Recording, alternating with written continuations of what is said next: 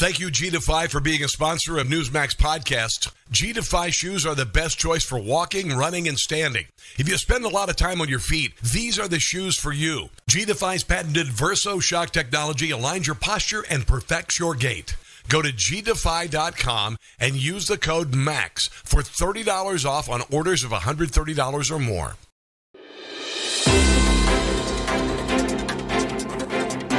All right, welcome to your Newsmax Daily for Wednesday, July 10th, 2024. Super busy day, the 192nd day of the year, the 28th Wednesday, and a hashtag National Pina Colada Day, a widely celebrated cocktail believed to have been invented by a bartender in a hotel in San Juan, Puerto Rico in 1954.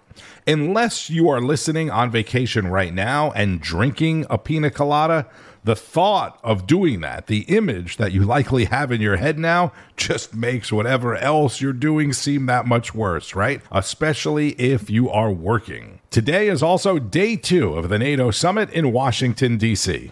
Mr. Secretary General, leaders of NATO countries, foreign and defense ministers, representatives from partner nations and the European Union, and members of Congress, distinguished guests, welcome to the 2024 NATO Summit. It's a pleasure. President Biden kicking off the summit yesterday at the Mellon Auditorium in D.C., where the North Atlantic Treaty was initially signed back in 1949. Earlier in the day, the president signed a federal emergency declaration for the state of Texas. The president and his team have been working around the clock for the past 2 days to ensure Texas has the resources and tools needed to respond to Beryl and keep Americans safe. Does she sound worn out and frustrated, or what? That is Press Secretary Karine Jean-Pierre at a rare nighttime White House press briefing where she was again questioned or inundated with questions about the president's mental health and members of his own party calling for him to step down. We want to get to the other side of this. We want to continue doing the work, and that's what the president's going to do. At the same time, former President Donald Trump was holding a huge rally at his golf club in Doral, Florida, near Miami. Let's do another debate this week so that Sleepy Joe Biden can prove to everyone all over the world that he has what it takes to be president. But this time it will be man-to-man, no moderators, no holds barred. Just name the place, anytime, anywhere. And in the debate, Sleepy Joe also declared that he wanted to test his skills and stamina against mine on the golf course. Can you believe this? Trump saying he would gladly give the president a chance to redeem himself. As of now, a second debate has already been scheduled for September 10th. I believe that one is on my former network, ABC. When pilots walk into the White House, he says he used to fly planes. He didn't. When truckers come in, he says he used to drive a truck. He didn't. When Jewish people are here, he always attended synagogues, he said. The Jewish people. He didn't attend a synagogue. Did he ever see a synagogue? He doesn't know what a synagogue is. When black people come, he spent his Sundays in black churches. All of it's false, all of it's fake. He's a fake. Unfortunately, he was like that in Afghanistan. He was like that with Russia, Ukraine, and he was like that on October 7th and the attack in Israel. He didn't know what he was doing. But whatever else can be said about crooked Joe Biden, you have to give him credit for one brilliant decision, probably the smartest decision he's ever made. He picked Kamala Harris as his vice president. No, it was brilliant. Because it was an insurance policy, maybe the best insurance policy I've ever seen, Marco. If Joe had picked someone even halfway competent, they would have bounced him from office years ago, but they can't because she's got to be their second choice. She has no choice and no chance.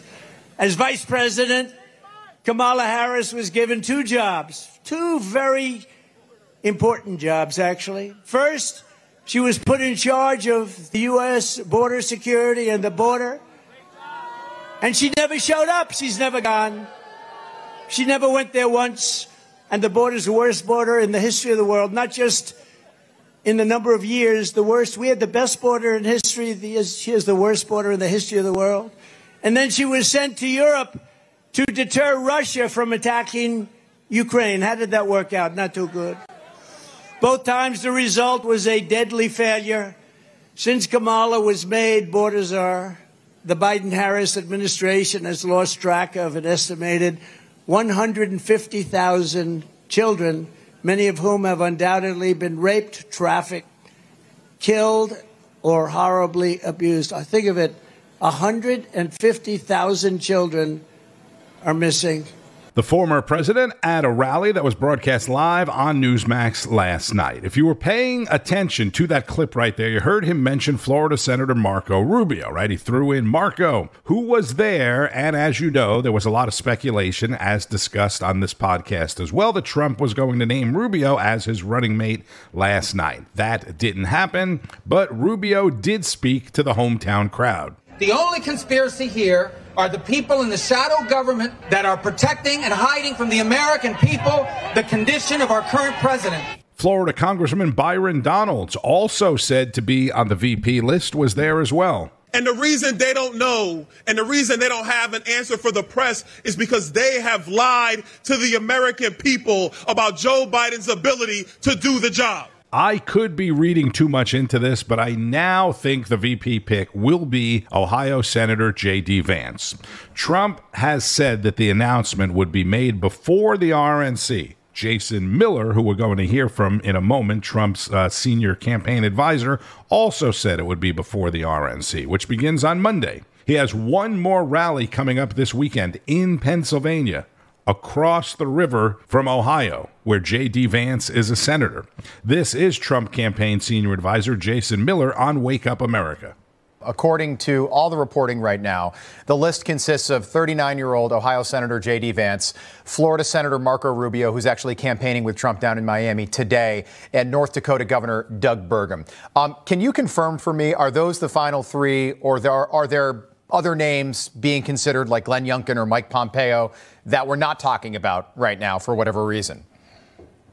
Great question. And the three names and the three pictures that you just put up on screen are, in fact, folks who are being considered for the position.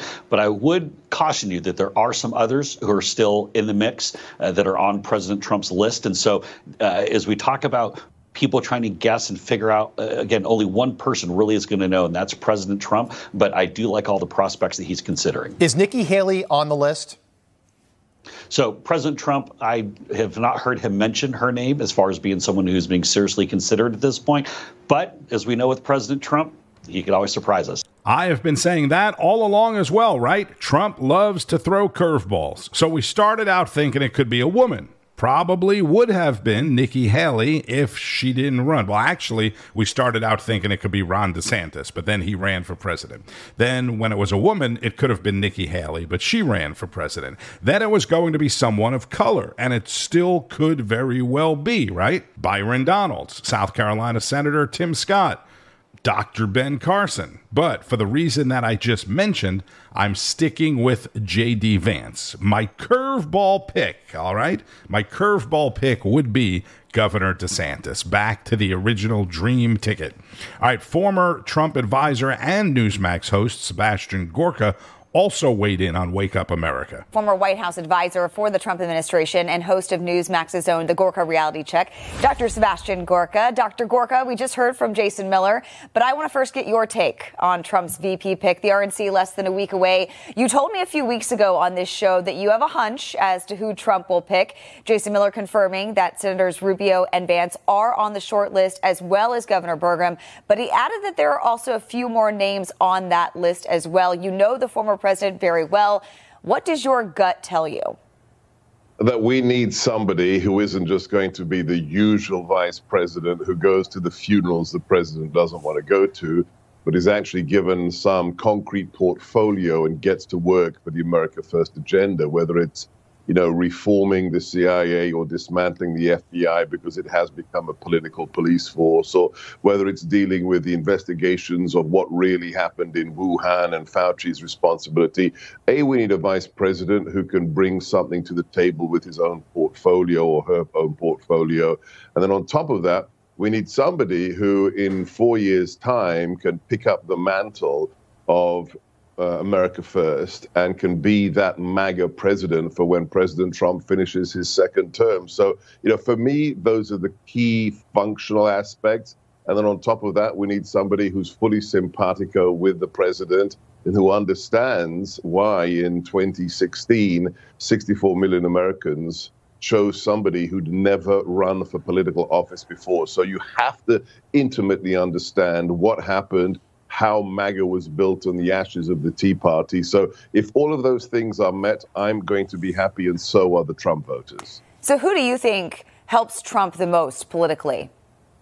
The calculus of who's the second on the ticket and who they bring in terms of the Electoral College, that's 20th century thinking. Back then, it used to be, if you've got a Yankee on the top of the ticket, you've got to have a Southerner as vice president, or vice versa.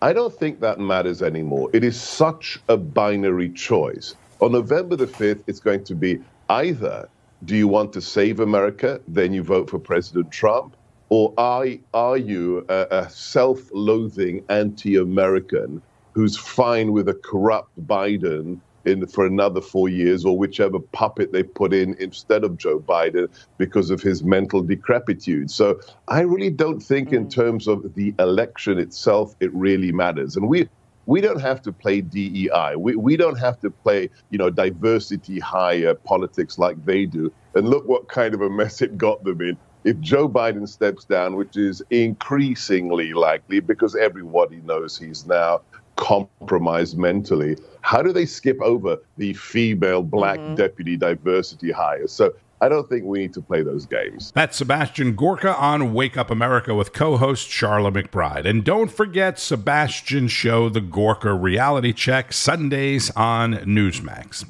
And let's go back to last night's rally for a moment, because there was one other key speaker warming up the crowd for the former president. You have a bunch of Senate races going on right now. Sherrod Brown in Ohio, John Tester in Montana. They vote with Joe Biden almost 100% of the time. They told you with a straight face, this guy is the right guy for us. And look at the results.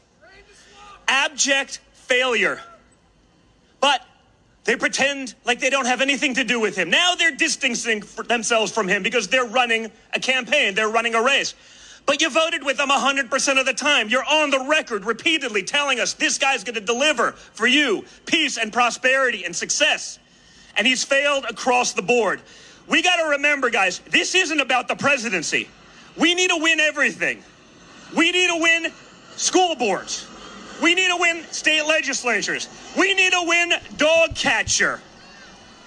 And we have to hold those who lied to us for the past 5 years accountable for their lies. Donald Trump Jr. at the rally last night. And on his podcast, Don Jr. said yesterday or the day before that Marco Rubio could be a risky choice for his father, saying that Rhino Republicans might want to join Democrats in impeaching Trump to make Rubio the president if he were the vice president. And again, the next Trump rally scheduled for 5 p.m. this Saturday, July 13th in Butler, Pennsylvania. 5 o'clock Saturday, you can see it live on Newsmax. And I'm thinking that's where he's going to announce J.D. Vance. Then the RNC kicks off on Monday. J.D. Vance will have to give a speech on Tuesday or Wednesday, I think. And I really want you to hear this segment from Newsmax host Joe Pinion hosting Prime News. He was talking about the Philadelphia radio host that interviewed President Biden after the debate and was fired over the weekend, right? I told you about that on Monday. She was fired after telling CNN that the White House supplied the questions for the interview. Were those questions given to you by the White House, or did you have, or the campaign, or did you have to submit questions ahead of this interview? The questions were sent to me for approval. I approved them. Okay, so the White House sent the questions to you ahead of the interview? Yes. There you have it, folks. Breaking news. Biden works from a script, and the media helped him do it. Except we already knew this. The most undeniable example being when former ESPN host Sage Steele told us that her sit-down interview with President Biden in 2021, nearly 3 years ago, was fully scripted. ESPN came to me and said, "What are you doing next Tuesday?" You know, this is only 2 months after he took office. And yeah, there were a lot of cooks in that kitchen of coming up with the scripts and the exact questions and the exact wording, and I was to stick to that script. Yeah, this is not new news, folks. This is what the people in the news do when they get caught carrying water for Biden's many, many lies. And so now the mainstream media has cut bait, the Biden campaign limps along, and the poor black female reporter who did their dirty work, well, as it was reported today, she had to step down from her job. Fired. I guess that's what passes for social justice in the Democratic Party these days. And so welcome to wherever we are, folks. A president unfit to serve, a vice president in Kamala Harris that Democrats know can't possibly win, and a mainstream media apparatus that was so obsessed with protecting our democracy from Donald J. Trump that they helped Joseph Robinette Biden and Crow create a full-blown constitutional crisis. See, I'm not surprised they're running like rats from a burning ship. That's what cornered animals do. But justice in America demands that this entire confederacy of lies and all those responsible for it be laid bare for the world to see. Great commentary, as always, from Joe Pinion. I told Joe he should start using the middle initial O. Joe O. Pinion. The spotlight remains on the Democrats today and President Biden as he hosts day 2 of the NATO summit. And let's wrap it up with Senator Joni Ernst on the Chris Salcedo Show. Flashback 2 years ago when Biden went to bed early instead of meeting with the German chancellor during the 2022 G7 summit, despite Chancellor Scholz bending over backward to accommodate Joe Biden's sleepy time. Then there's former House Speaker Kevin McCarthy admitting that Jill Biden, Dr. Jill Biden, was present at many classified Oval Office meetings. Now he tells us. And that's not all. There are also reports from left-wing sources that Hunter Biden is acting as his father's, quote, gatekeeper in the White House. Yikes. Iowa Senator Joni Ernst joining me now to discuss this and a whole lot more. Welcome back, Senator. It's good to see you. Not only did the House of Cards crumble on the scam that the left has been running on Joe Biden's competency, the whole world now knows that the United States doesn't have an effective leader with all of his mental faculties. If the open borders, massive crime, and illegal alien invasion weren't enough, isn't the United States in grave danger with Joe Biden and his enablers in charge of this country? Yes, Chris, and thank you so much. Yesterday, I was asked point blank by a reporter, is Joe Biden a national security risk? My simple answer, yes. Our adversaries are watching every single move coming out of our commander-in-chief. And unfortunately, this administration and the president, they are not showing strength. We have seen so many blunders. I'm going to go back to your first point, Chris, where you were talking about the president and how he said during the debate that he has not lost any service members. Well, liar, liar, pants on fire. Either he is outright lying or maybe he just forgot, Chris. But either way, this is extremely offensive to those Gold Star families whose service members did lose their lives under this president's administration. We cannot forget those 13 service members that lost their lives during that horrible withdrawal from Afghanistan, those that were standing guard at Abbey Gate. We cannot forget the 3 U.S. Army reservists from the 718th Engineer Company who lost their lives in that drone attack at Tower 22. All of those under Joe Biden's watch. We cannot also forget the Hamas attacks on October 7th that killed over 40 American civilians in Israel. And you never hear the president speak about the 8 hostages still being held by Hamas. I mean, this is abysmal.